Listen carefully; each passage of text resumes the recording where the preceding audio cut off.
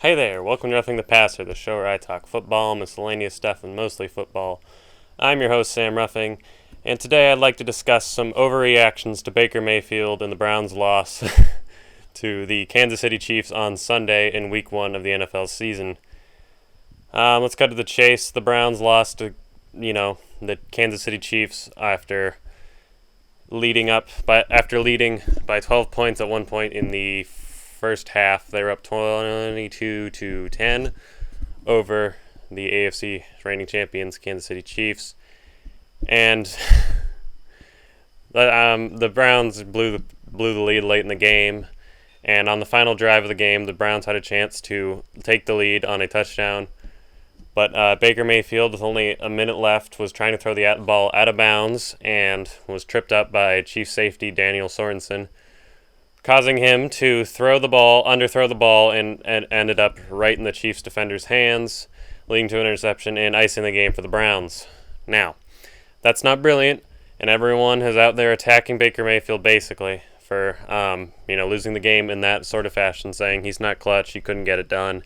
He's holding the Browns back, ignoring the fact he threw for 300 yards and only one interception. He had no touchdowns, but that's because Jarvis Landry and Nick Chubb and Kareem Hunt were stealing all the touchdowns from him on rushing plays.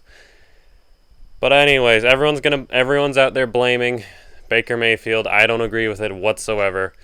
And here, two crucial moments in the game are the reason why the Browns lost the game. It's not Baker. And it's kind of stupid, honestly. This is mainly what lost the Browns the game. Late in the first half, the Browns were driving with the ball. They got into Kansas City territory, just about a yard away from field goal range for their kicker, with about 40 seconds left in the first half, I think. And, it's 3rd and 10. The Browns just need, 3 yards, and they can kick the game-winning field goal and kick a field goal to get extra points before going into halftime. And this ended up deciding the game, I guess, because Baker could have, scored later. But anyways, Kevin Stefanski on 3rd and 10.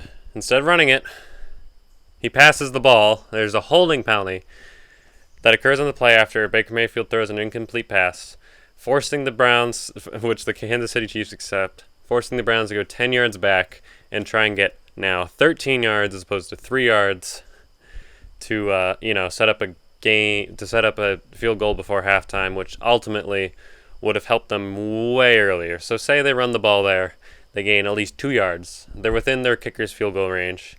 And let's just say he's got a pretty good percentage of making the kick. I presume he would have made it. He makes the kick. Well, then later in the fourth quarter, the Browns would have been up, would only been down by 1 as opposed to 4. So Baker Mayfield and the Browns would have had plenty of time. They had 2 minutes left on the clock to go down, set up a field goal try for their kicker again, and they probably would have made it, beating the Kansas City Chiefs in Week 1, which would be one heck of an upset. However, because they threw it on that play, they now have to go for a touchdown to take the lead because, obviously, and that didn't work out because he threw an interception, and 2 minutes to score a touchdown is not a lot of time. But there's also another play late in the game, which everyone else will point to, and I will also point to.